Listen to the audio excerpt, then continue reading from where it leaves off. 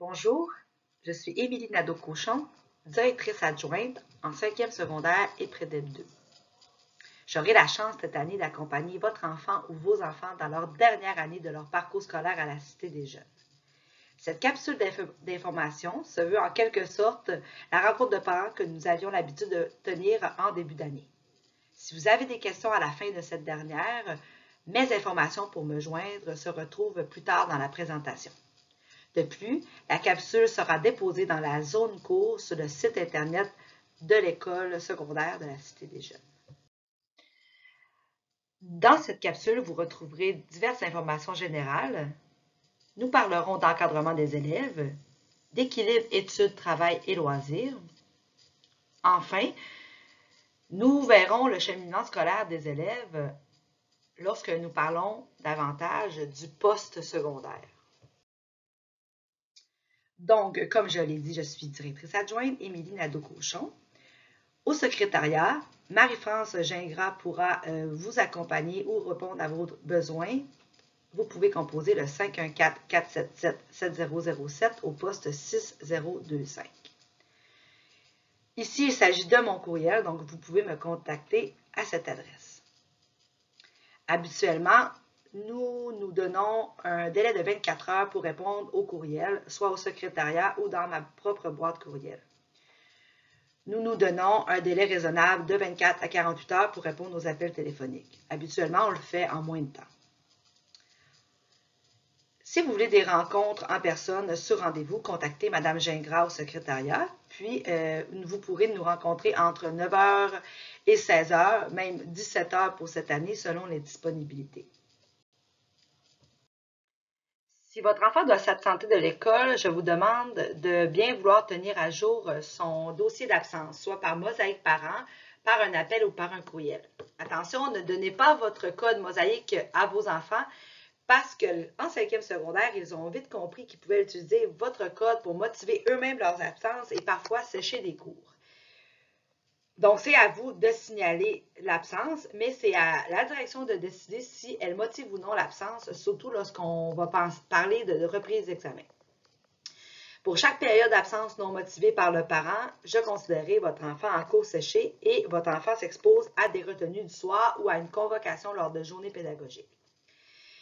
Si votre enfant était absent lors d'une remise d'un travail évalué ou lors d'une évaluation qui se déroulait en classe, une reprise sera accordée seulement si vous pouvez présenter des pièces justificatives, des biens médicaux, un décès dans la famille, une convocation à la cour, par exemple.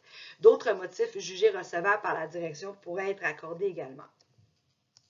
Enfin, s'il vous plaît, je vous demande pour les voyages personnels ou les absences plus long terme, de bien vouloir éviter les semaines réservées à l'évaluation.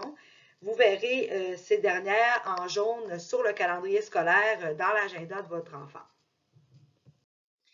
Pour les retards, règle générale, un retard ne se motive pas. Donc, votre enfant, dès qu'il n'arrive pas à l'heure en classe, doit retourner au secrétariat pour justifier son retard. Puis, lorsque c'est un retard non motivé, puis si votre enfant en a trop pendant l'année, il peut s'exposer à des sanctions. Un transport manqué le matin, c'est une absence ou un retard non motivé. Chaque enseignant peut avoir ses propres sanctions pour les retards, mais sachez que je vais accompagner les enseignants dans cette gestion si votre enfant souffre du retard chronique. Il pourrait avoir, dans ce cas-là, des retenues du soir ou une convocation lors de journées pédagogiques si ça devient une mauvaise habitude. Notez que tout retard ou départ hâtif, pour une raison valable, doit être signalé au secrétariat par téléphone ou par le biais de l'agenda scolaire ou par courriel encore. Il y aura cette année encore des retenues du soir, donc les mardis soirs de 16h55 à 18h25. Vous serez avisé à l'avance de ces retenues et de la raison de la retenue. Il n'y aura aucune autre possibilité pour votre enfant de reprendre cette retenue ou de s'absenter à cette retenue. S'il n'est pas présent à la retenue du soir, il sera suspendu le lendemain. Par contre, notez qu'il pourra utiliser le transport parascolaire à la fin de la retenue vers 18h40. J'ai parlé des reprises d'évaluation. Toutefois, sachez que c'est l'enseignant qui déterminera le moment de la reprise et que cette année, nous n'avons pas encore décidé des modalités car la situation dans laquelle nous a mis le COVID nous empêche de prendre une décision pour le moment. En fait, nous devions constituer nos enseignants. Nous vous reviendrons avec plus de détails sous peu.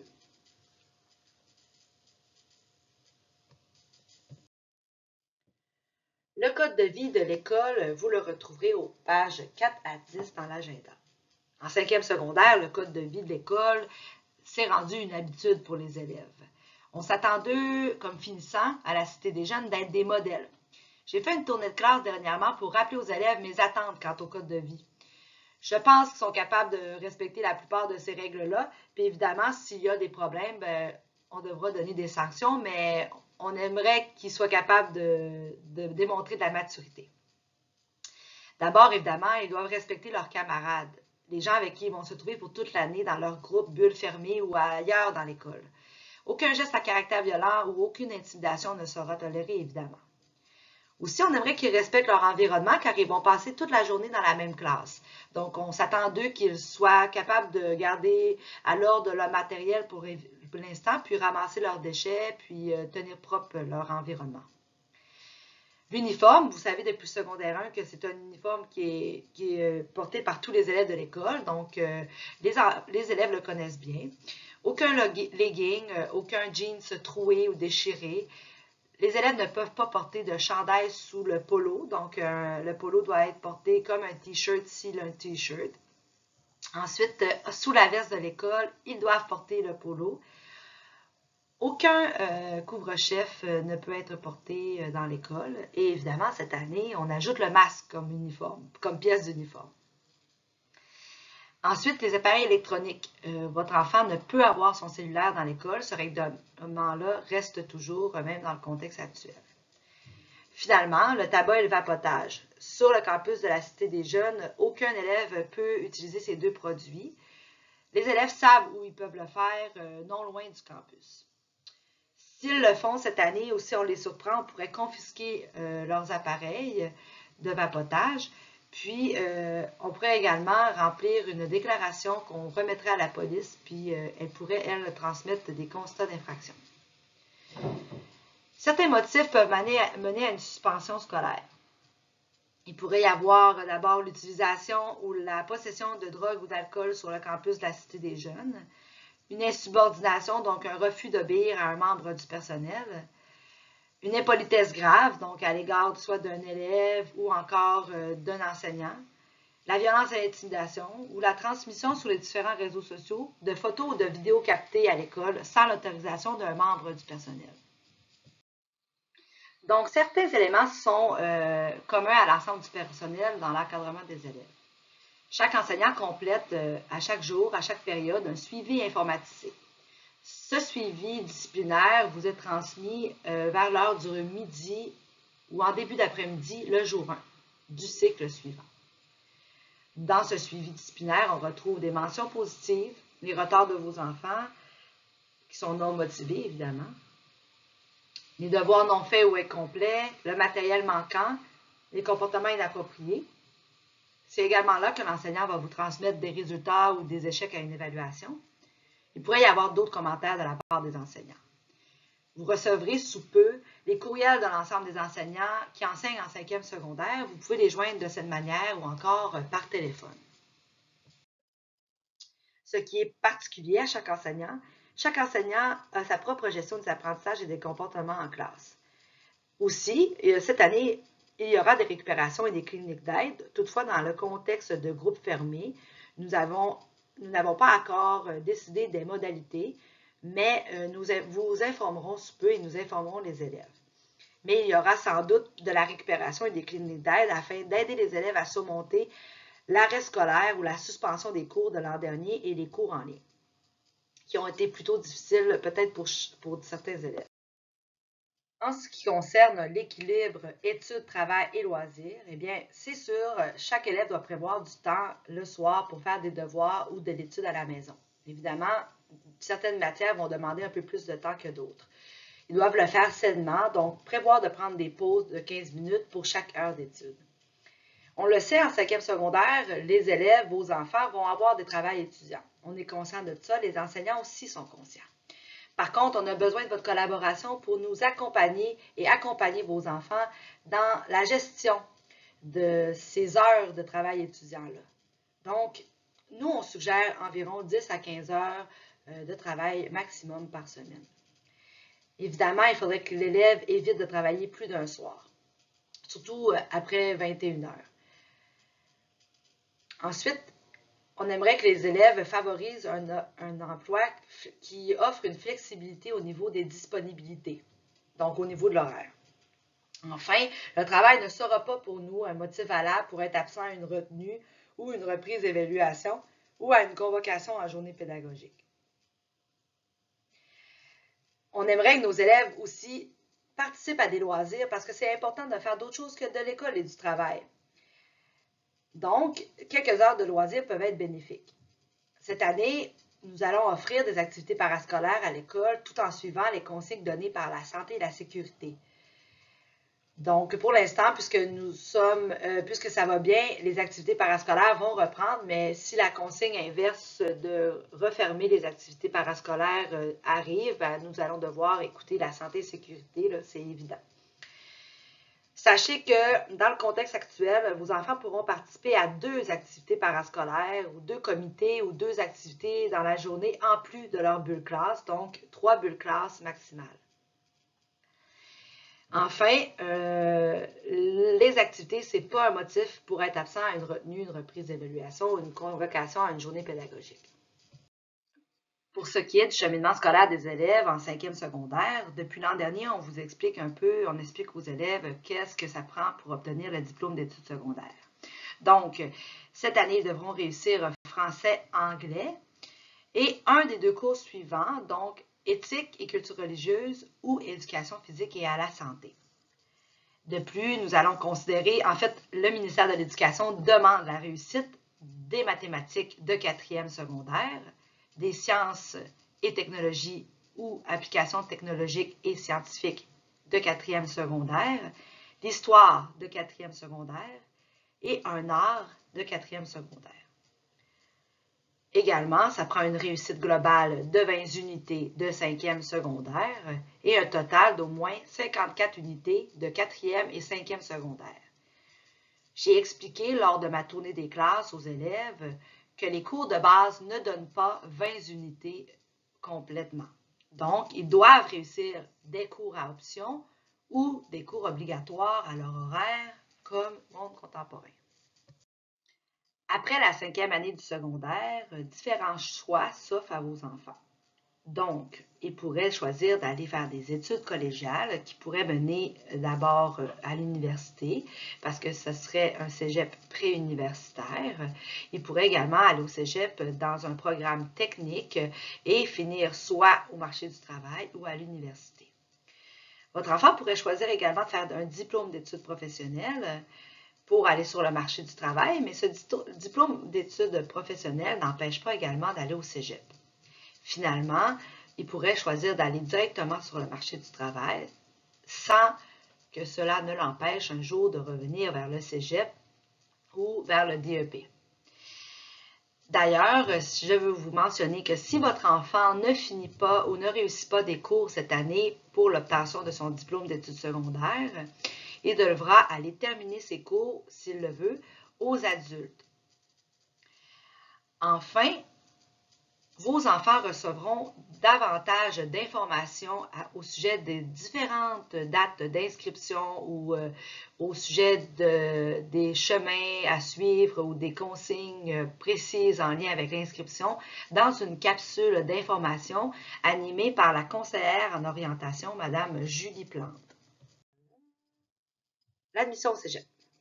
Pour être admis au cégep, votre enfant doit avoir son diplôme secondaire, des préalables exigés pour certains programmes.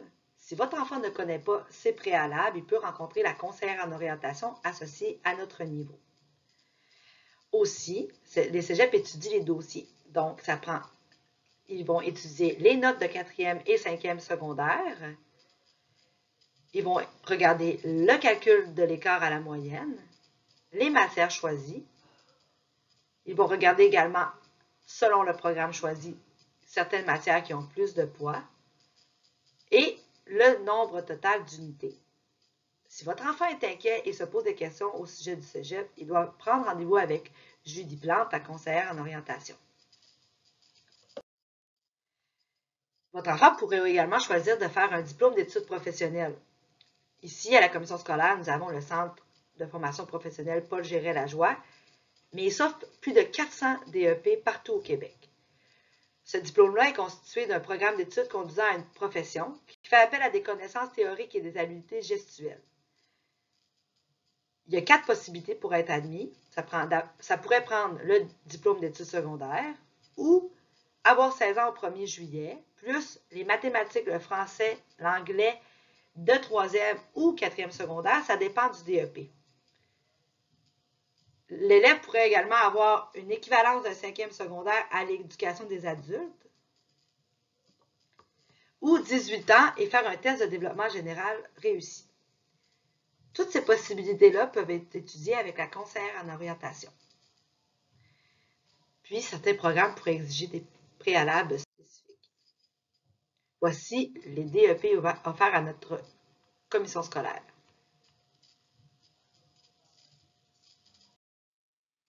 Lors de ma tournée des classes, les élèves avaient hâte de savoir qu'est-ce qui pourrait se tenir cette année comme activité définissant.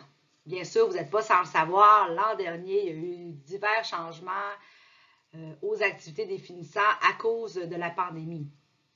Cette année, on va essayer de mettre en place le plus de choses possible selon les consignes les plus récentes de la santé et sécurité publique, c'est évident, mais nous allons faire en sorte que les élèves soient célébrés dans notre école. Donc, il y aura un album des finissants, c'est certain.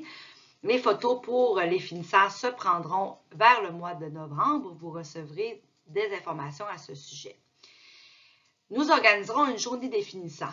La cérémonie des toges qui se passait autrefois, si vous aviez des enfants qui sont passés par la Cité des jeunes, vous connaissez cette cérémonie. Elle n'aura pas lieu comme elle avait lieu avant, mais nous organiserons une journée des finissants différente cette année pour célébrer nos élèves. Enfin, nous organiserons un bal des finissants. La date est déjà choisie, le château est déjà réservé. Par contre, avec la limite pour l'instant de 250 personnes dans un endroit public et les probables changements du ministère et de la Santé et Sécurité, nous ne pouvons confirmer la tenue du bal, mais nous allons l'organiser comme s'il avait lieu.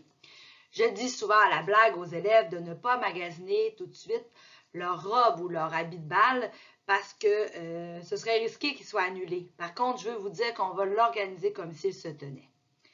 Les frais pour toutes ces activités-là vont vous être chargés sur la facture en ligne que vous avez maintenant l'habitude de payer. Finalement, pour la présentation du personnel. Habituellement, à la rencontre de début d'année, vous rencontriez les enseignants de votre enfant. Pour cette année, ce ne sera pas possible de vous les présenter. Toutefois, vous pouvez les contacter par courriel ou prendre contact avec eux, demander des rencontres si vous sentez que vous en auriez besoin. D'ailleurs, j'en profite pour vous dire que les enseignants de vos enfants étaient prêts à les accueillir cette année, étaient très heureux de les retrouver enfin en réel et non en virtuel. Les enseignants ont su adapter leur enseignement au contexte actuel et je vous promets qu'ils sont conscients que vos enfants avaient du rattrapage à faire de la matière qu'ils auraient peut-être manqué de l'an dernier et qu'ils n'ont pas nécessairement choisi les options dans lesquelles ils se sont retrouvés cette année. La secrétaire, je vous l'ai dit au début, c'est Mme Marie-France Gingras. Les élèves auront la chance d'avoir une enseignante orthopédagogue, Mme Rhonda d'Oliveira. Elle pourra prendre en charge leur plan d'intervention, pour ceux qui en ont évidemment, leurs mesures d'aide technologique ou encore leur droit au tiers-temps. Mais c'est avec elle qu'on regardera l'ensemble de ça et que nous réviserons les plans d'intervention des élèves. Nous avons également dans notre équipe une technicienne en travail social, Caroline Grenier, qui peut rencontrer vos élèves à leur demande ou à ma demande ou à la demande d'un enseignant d'école. Elle valide avec eux leurs besoins d'ordre social, conflits avec un camarade de classe par exemple, ou encore difficultés à s'organiser dans leur travail. Les enseignants sont inquiets, de la déprime, est-ce que l'élève va bien? Caroline, après, elle peut référer l'élève à différents services. Par exemple, au service de psychoéducation, qui est offert par Mme Geneviève Fournier en secondaire 4 et 5. Mme Fournier, elle, travaille plus précisément à établir un plan d'action avec les élèves pour travailler sur un plus long terme, à modifier avec eux certains comportements ou à développer plusieurs stratégies en lien, par exemple, avec l'anxiété, la gestion de l'anxiété ou d'autres gestions émotives ou affectives. Elle travaille en collaboration également avec des médecins ou encore avec le CLSC au besoin. Donc, si vous avez des enfants qui ont des besoins de cet ordre, vous pourriez demander à la secrétaire de vous donner un rendez-vous téléphonique, par exemple, avec Mme Fournier. Enfin, comme je l'ai nommé précédemment, les élèves de 4e et 5e secondaire ont une conseillère en orientation qui s'appelle Julie Plante. Si vous avez des questions par rapport au parcours scolaire de votre enfant, post-secondaire ou encore vous aimeriez connaître les préalables pour certains cours qui s'offrent au cégep ou vous voudriez plus d'informations à propos du diplôme d'études professionnelles, le DEP, vous n'hésitez pas à prendre contact avec elle. Elle sera très heureuse de vous aider.